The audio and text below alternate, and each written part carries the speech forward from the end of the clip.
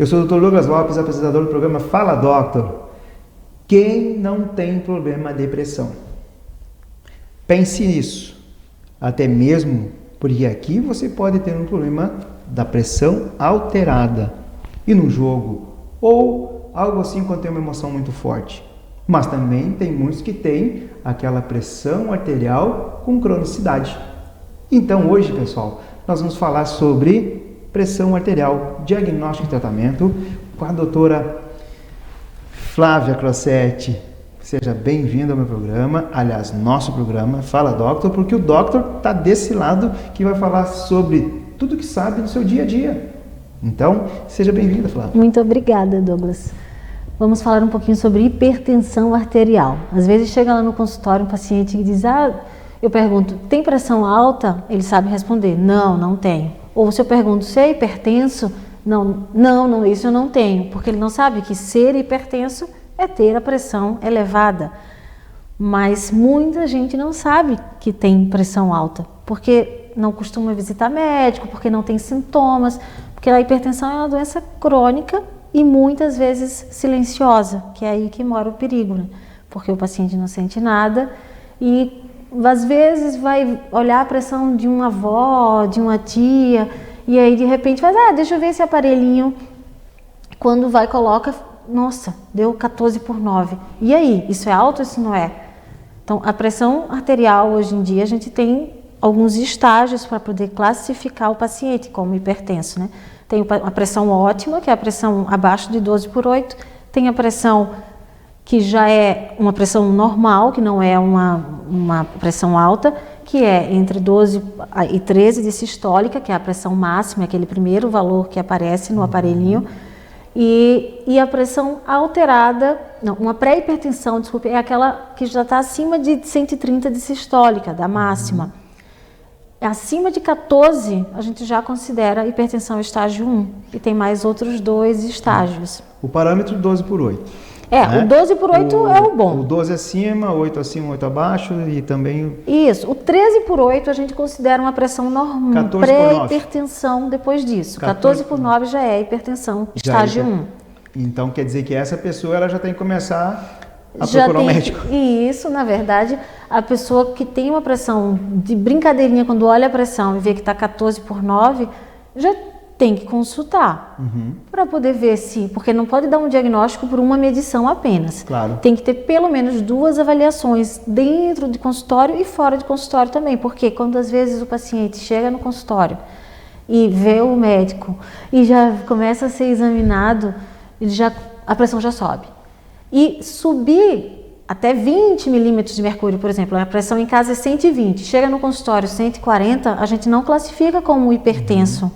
Porque a gente, só pela emoção do jalequinho branco que a gente usa, que o paciente sobe a pressão de ansiedade mesmo, porque pode subir a pressão fisiologicamente, naturalmente, ela tem que variar. Eu costumo falar para os pacientes, não olhe o tempo todo a pressão, porque tem que olhar quando tem algum sintoma ou quando a gente pede que faça uma avaliação em casa, porque às vezes você não faz o ajuste adequado para poder avaliar a pressão, está em repouso pelo menos 5 minutos, não está de bexiga cheia, quem fuma, não fumar, não ter fumado um cigarrinho, quem bebe, não ter bebido alguma coisa alcoólica, porque tudo isso é fator de elevação da pressão.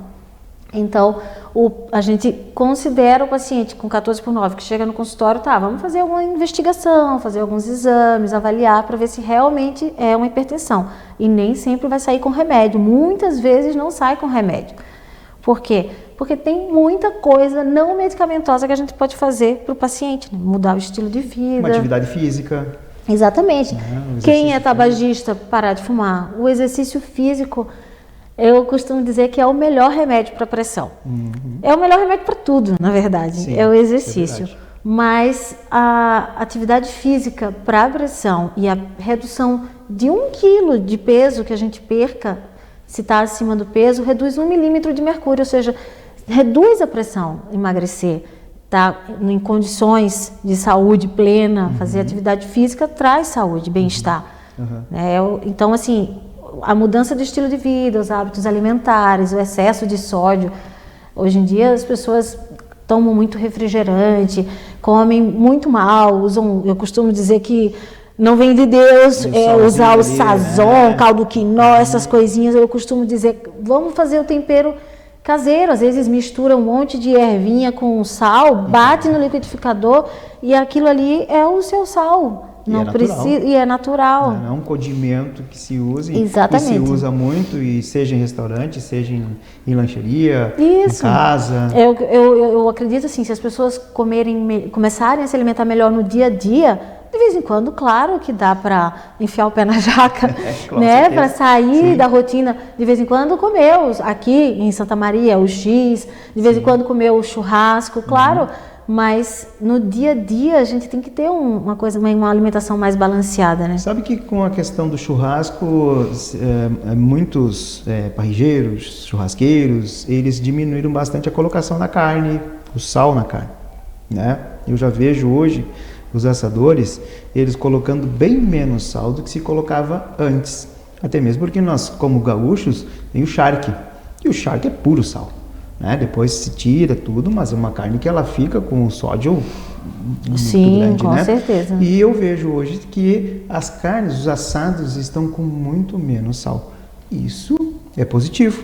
Isso é é uma muito mudança bom. positiva, né? Aqui no Rio Grande do Sul tem uma carne boa, né, para consumir. Não precisa de tanto, melhor, não precisa de sal para dar gosto, na verdade, né? Que é o hábito. Se cria dentro de casa, nós aqui, é muito o hábito de usar o sal, sal em tudo, né? Sal em tudo. E tem que começar a tirar para sentir mais o sabor. Mais sentir o sabor do arroz, do feijão, Sim, da o carne, feijão. da massa. Então, o costume no dia a dia de, eu coloco uma linguicinha no feijão, um pedacinho de carne seca do charque, vai colocando, quando vê, o feijão já está super salgado e ainda coloca sal. Exato. Então, isso tudo, a pessoa pode ser super saudável, fazer atividade física, dormir bem, ter hábitos regrados, mas está sempre alimentando ali os vasinhos a se rebelarem. Exato. Porque aí a hipertensão não é nada mais do que todo o endotélio, né, aumentando os níveis pressóricos nos vasos, né? Diminui o óxido nítrico, então aumenta os radicais livres. Tem várias explicações, assim, que se eu começar a falar... Sim, com certeza. Imagina aquela pessoa que ela é fumante, obesa, come sem dó nem piedade, estressada. O estresse é um dos fatores de risco, assim, super importante para o paciente hipertenso. Às vezes, só de fazer uma terapia, de fazer uma meditação, de ter um lado espiritual. Tem um estudo na nossa diretriz brasileira de cardiologia que fala, um estudo feito em mulheres estressadas. E essas mulheres, assim, elas entraram no estudo com uma carga altíssima de estresse, mulheres de meia idade, com muito trabalho, filhos, uma rotina muito pesada. E começaram a meditar, começaram a ter um lado espiritual, né, fazer oração, cada um na sua orientação do estudo, e elas reduziram bastante a pressão. Então, assim, o estresse, o sedentarismo, os hábitos alimentares, todas essas são causas dessa hipertensão primária, que é a pressão daquele paciente que mais de 30 anos, geralmente, mas tem pacientes mais jovens hipertensos, porque a obesidade já vem, né, da infância. Os hábitos vêm desde pequenininho. E uma coisa que eu gosto de falar, que eu percebo muito, que a obesidade, às vezes o paciente não tem nenhum sintoma, não, uma dorzinha na nuca, nada para hipertensão, mas chega no consultório dizendo, a esposa fala do homem, geralmente, e ele ronca muito à noite. Aí eu pergunto, faz apneia? Porque a apneia, que é quando para de respirar no meio da noite, é uma das causas de hipertensão também. Então, os pacientes, assim, as pessoas têm que também ficar prestando atenção no estilo do sono, se tem um sono legal para poder, durante o dia, não ficar sonolento. E aí, quando vai ver, não percebe, mas está hipertenso, entendeu? Sim, tem várias coisinhas associadas que a gente pode melhorar antes de entrar com remédio até. Exato. Ali no início, falaste a respeito da questão do auferir a pressão, né? Acredito que seria bom, pelo menos uma ou duas vezes por mês, fazer A pessoa que não quer consultar, porque existe o clínico.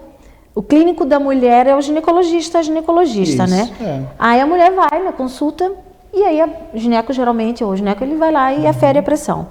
O homem, ele demora um pouquinho mais para procurar o urologista, não vai que nem a mulher, né, com mais frequência. Sim. Então ele fica mais relutante para poder começar a ter uma vida, eu tenho um médico, eu tenho um clínico, eu tenho uma pessoa que me acompanha.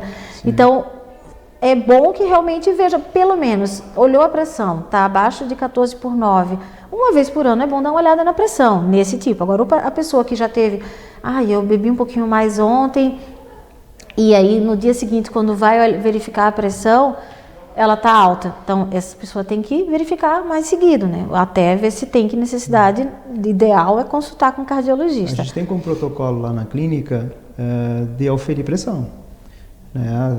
Os pacientes chegam, a gente aufere a pressão, tem oxímetro, né? Temperatura, até mesmo porque agora nessa questão de Covid a gente acabou criando um protocolo. Né?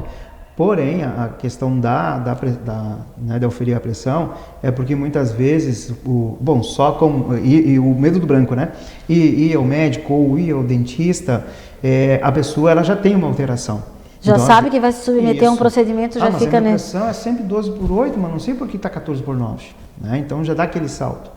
E tem pessoas, às vezes, que elas chegam lá 18/10, 18/14, sim, né? O 18/11, 180 por 110 já é hipertenso. Isso, a gente, exato. Por mais que não é do consultório, e essa aí já é pressão alta. Pense num procedimento clínico ou cirúrgico, onde se vai colocar, por exemplo, um anestésico com noradrenalina, né? Um vasoconstritor. É a adrenalina que se joga para ali. Então, isso muitas vezes a gente tem que ter um cuidado. Isso é bem importante. Porque se não aufere, e se aquela pessoa ela é hipertensa, e além da hipertensão dela, ela fica mais nervosa, aumenta a adrenalina dela, chega muito mais. Sim, e as lesões em órgãos-alvo, que são os órgãos que o cérebro, né? A pessoa pode fazer um acidente vascular cerebral, que é o derrame, como chamam, o AVC, e também pode ter problema renal, pode levar a um infarto, várias alterações. A visão, pode ter problemas de visão, tudo isso porque não tratou adequadamente a pressão no tempo certo. Falaste da questão da dor na nuca.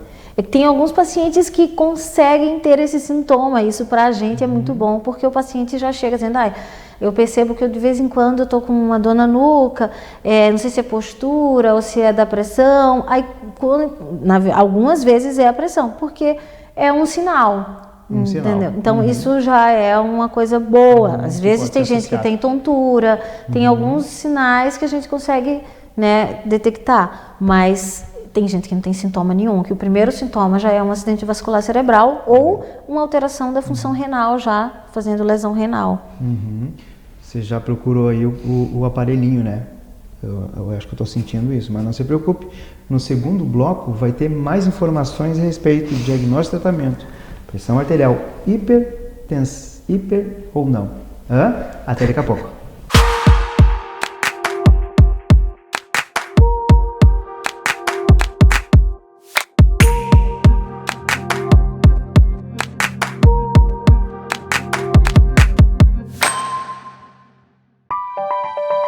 Um belo sorriso conquista.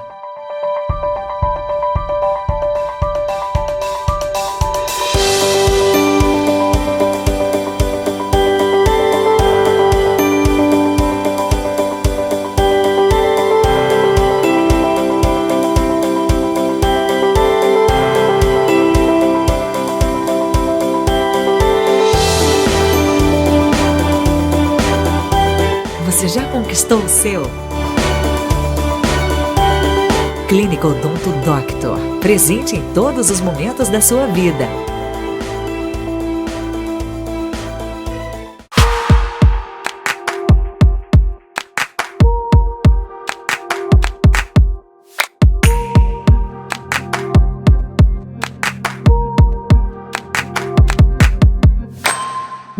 Então voltamos para o segundo bloco, falando a respeito de hipertensão arterial.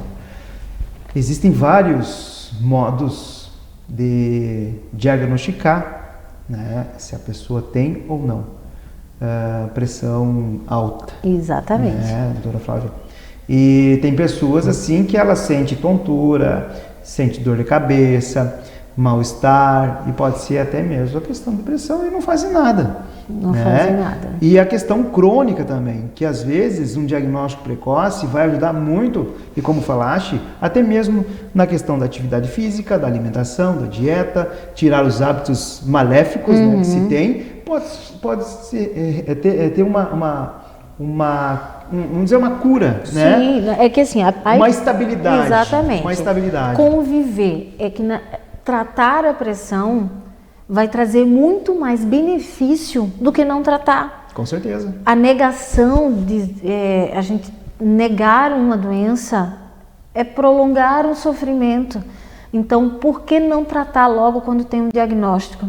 Então, assim, a pressão, hoje em dia, com a pandemia, a gente conseguiu ter uma liberdade maior para poder aferir a pressão em casa.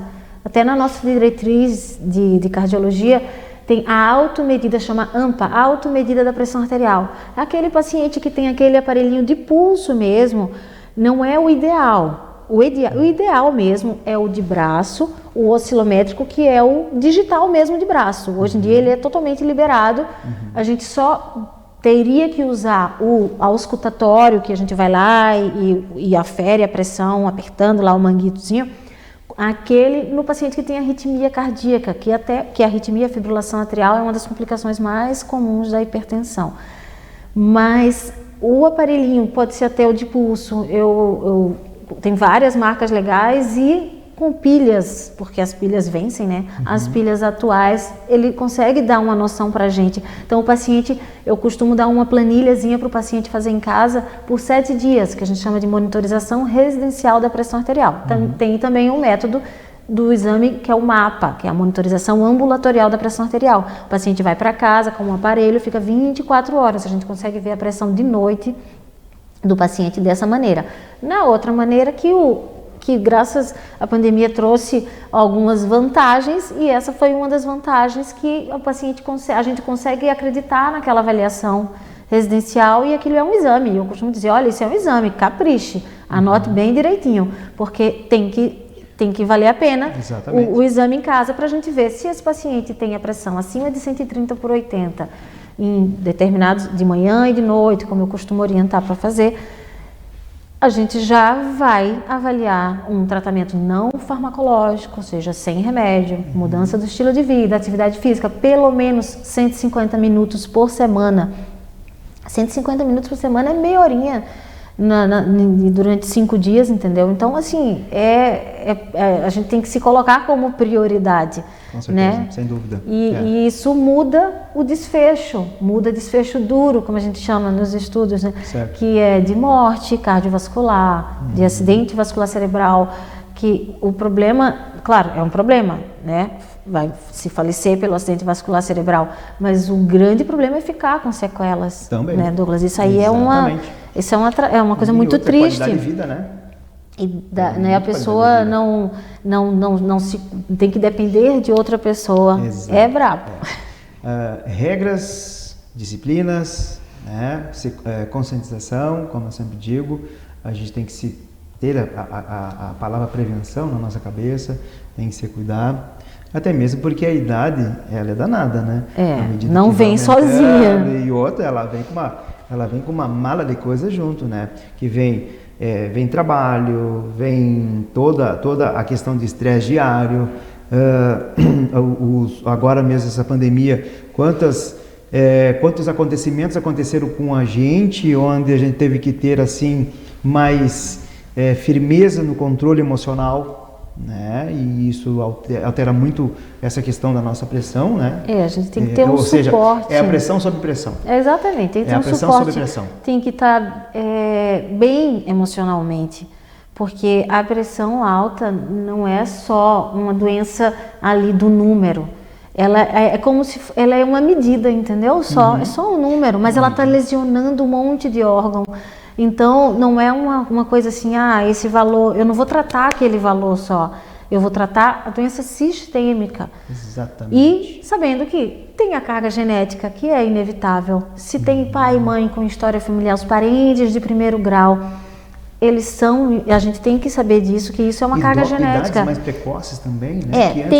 Tem pessoas que existe a hipertensão secundária, que essa hipertensão secundária, ela na verdade tem algumas outras causas. Chega às vezes de 18, 19, 20 anos no consultório com a pressão alta, a gente tem que primeiro investigar causas secundárias. Se tem alguma doença congênita, que é a coarctação da aorta, se tem a apneia obstrutiva do sono, se tem problema renal, até da função renal, ou cálculo renal pode dar hipertensão, porque vai alterar a função renal. Né? Tem problemas endócrinos, que são endocrinológicos, que são problemas de tireoide, o hipotireoidismo, que é o Hashimoto, ele pode dar um aumento da pressão, da mínima pressão diastólica. O hipertireoidismo pode dar aumento da pressão sistólica. Tem um monte de alteração. Sim. A doença de Cushing, que é quando tem muito corticoide endógeno. A questão sistêmica, né? Exatamente, a gente produz muito corticoide. E tem uma coisa que é muito importante falar, até para as pessoas saberem, que sempre chegar para consultar, lembrar de dizer o que está usando de remédio. Porque às vezes usou um anti-inflamatório, usa anticoncepcional. Não estou dizendo para todo mundo parar de tomar anticoncepcional, sim, claro, mas é que assim, são medicações que alteram a pressão arterial, entendeu? As ações adversas, né? Então, na verdade, o paciente, tô com artrose no joelho, estou há muito tempo tomando esse remedinho aqui. Fala, quando eu vejo um anti-inflamatório, está tomando há 20 dias. Então, às vezes, para o remédio, a pressão normaliza, entendeu? Então, isso tudo são fatores. Tem causas secundárias e que a hipertensão secundária é outro tipo de hipertensão, entendeu? Causas secundárias. Tem as causas exógenas, sim, que é do meio, né? Sim, que a gente chama tem a genética e tem a epigenética, isso, que é o que tem no nosso DNA, mas que tem os fatores exógenos, o social. São os fatores ambientais. Né? Agora com a pandemia, as pessoas que ficaram muito em casa, claro, acabaram consumindo mais álcool. Né? Então, assim, é inegável, não é uma coisa que aumenta a pressão. Então, tem na nossa diretriz instituído a quantidade que teria que beber. Um homem pode beber até mais que a mulher. 2 taças de vinho para um homem e 1 para a mulher. É pouco, mas fazer o quê, né? Mas lembrando que a taça ela não pode ser grande, né? Uma taça pequena. É exagerado que bota uma taça do tamanho. Então, né? Mas é pouco, mas fazer o quê? Aumenta a pressão, né? Então, assim, pelo menos quem faz atividade física, está mudando, quem toma o remédio, que tem pressão alta, tem que tomar o remédio, toma. Dá para beber mais um pouquinho, mas claro, tudo com moderação. Exatamente. E não vai beber todo dia. Também. Né? Do mesmo jeito, a qualidade do sono. São vários fatores. Sono, exatamente. A questão do sono é muito importante. É tecnologia, é luz, é tablet, é celular, tudo isso que é bom, mas é ruim. É ao mesmo tempo ruim, né? Não é danoso por vezes, né? Exatamente. Óleo, azeite, banha. Tá. Isso, normalmente isso aí se tem no teu consultório. Tem. Como é que faz uma comida? Eu faço banho de porco. Eu boto óleo, azeite de oliva. Eu boto esses óleos. O mais saudável, na verdade, é o azeite de oliva, né? Porém, a banha, óleo de coco não dá para consumir exageradamente, porque tem uma gordura, né? Sim, claro. Então, assim, a banha, ela em pouca quantidade, ela é melhor do que os óleos industrializados, do que soja, canola, todos esses, a banha é melhor. Só que em pouca quantidade, não dá para deixar o prato esfriar e ver aquela coisa brilhosa, né? Assim que eu mudei, eu sou de Aracaju, né? Assim que eu mudei para Santa Maria, as pessoas vinham no consultório e diziam que usava banha. E eu tinha vindo de uma formação que não tinha banha, de uma origem, né? Então, hoje em dia, tem estudos que mostram que a banha... No final de 2019, saiu um estudo bem interessante colocando a banha contra o óleo e a banha teve mais benefício, mas tudo em dose moderada. Claro, sim. O azeite de oliva, tinha um mito, não pode esquentar muito ele, mas isso é mito. Não é que não pode esquentar muito. Ele não vai modificar a molécula dele. Nos últimos estudos, assim, eu gosto de estudar bastante isso, porque eu gosto de fazer comida, gosto de comer. Eu também. E eu gosto de falar para os pacientes isso, porque é o dia a dia, né? É onde a gente pode mudar alguma coisinha. Que muda o sabor também da comida. Né? Então assim, claro, azeite de oliva na salada com sal não faz sentido, né? Sal na mesa não faz o menor sentido. Vamos falar dos fronteiristas, né, do Rio Grande aí, que comem muita ovelha com aquela gordura da... A carne de ovelha é uma das mais gordas. Ela é danada. Eu tenho pacientes que entopem as carótidas, assim, que ele nunca fumou, sempre foi ativo, porque não fazer exercício é diferente de ser sedentário, não fazer exercício. A pessoa ativa é aquela pessoa que está sempre se mexendo. Exatamente. Ele não precisa, mas já é uma coisa muito boa, não é o sedentário que está paradão. Atividade física é outra coisa. E o esporte já é outra coisa, mas assim, ser ativo já está bem bom, mas fazer exercício já seria melhor. Melhor ainda. Atividade física, um bom sono, né? Tomar o vinhozinho na medida, um cálice. Né? Protege as coronárias, mas na medida. Exatamente. Né? Aumenta os flavonoides, diminui os radicais livres. Exato. A questão também a tecnologia até um certo horário da noite, né? Porque se entra a madrugada já altera tudo também. Então são várias situações assim que, claro, a tendência é sempre passar do limite, né? Passar do limite do nosso organismo, do nosso limite de aguentar, né? Porque assim, nós somos o corpo e a mente. A mente manda o corpo. Às vezes o corpo não responde, né? Às vezes na mente a gente coloca situações que é para o corpo, né, absorver e muitas vezes não está aceitando. Então o que está acontecendo? Acontece a situação da própria cabeça, né? Puxa, eu sei que acontece, eu sei que vai acontecer, mas eu faço. Exatamente. Eu tenho um caso muito interessante, vou contar rapidinho, de um paciente que é um senhor muito querido, que ele faz tudo bem direitinho. E ele tem um aneurisma de aorta. A aorta dele dilatou por consequência da pressão maltratada ao longo da vida dele. Ele chegou no meu consultório já com seus 70 anos. Então, eu deixei todos os remedinhos, tudo alinhado para ele, ele faz tudo certinho, mas a pressão ainda não estava no alvo. Perguntei como é que estava a mente dele, como é que estava o lado espiritual dele. Ele, nesse caso, eu orientei ele a fazer meditação. E hoje ele chega no meu consultório com a pressão super normal, a aorta dele está no limite para fazer a cirurgia. E ele está conseguindo manter. Eu já expliquei para ele que pode ser que a gente tenha que fazer uma cirurgia para essa aorta não dissecar, não rasgar. Sim, claro. Mas se ele mantiver assim, ok. Outra paciente que eu mandei rezar o terço. Ou seja, o lado espiritual, claro, ele é muito importante, sabe? E assim, não é só remédio, tem que cuidar do espírito também. Com certeza. Né? E da alimentação, de tudo que vem. Exatamente. Essa questão da oração mesmo, isso eu já tinha lido a respeito. De que é muito importante, inclusive falado por um médico cardiologista que não é daqui. A oração, ela ajuda muito. Ajuda muito. Exatamente. Olha que bacana isso, né? Trazer corpo, mente e espírito. Isso é fantástico. Falando com uma cardiologista, vocês querem mais o quê? Então, já está agora, infelizmente, finalizar agora esse programa. Não. Primeiro vem aquela mensagem. Né, para esse povo que está nos assistindo. Olha, assim, eu acho que tem que fazer visita ao médico, tem que se cuidar, saber que tem uma expectativa de vida hoje em dia a expectativa de vida aumentou muito, então por que não viver com saúde, com qualidade de vida? Não adianta a gente viver por viver, né? Tem que ter propósito. Tem que ter propósito. Então eu acho que a minha mensagem é: faça visita ao cardiologista de preferência, mas vai no clínico, vai no geriatra, vai no pediatra, no médico de adolescente. Tem que consultar, pelo menos uma vezinha por ano. E esse é o propósito do Fala Doctor. Doutora Flávia, muito obrigado. Eu que agradeço. Por ter vindo do nosso programa Fala Doctor, ter falado muito, assim, colocar teu conhecimento para esse público que está nos assistindo, que com certeza aproveitaram muito, inclusive eu. Eu fico bem feliz. Tirei algumas dúvidas também. né?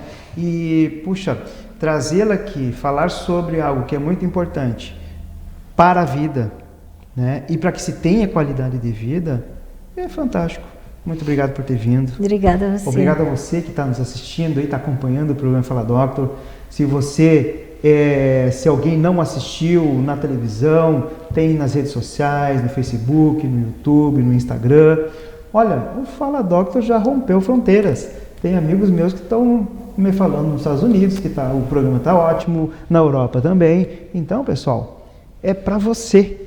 Você que está nos assistindo. É você que merece tudo que o programa traz, junto com os doctors que estão aí falando.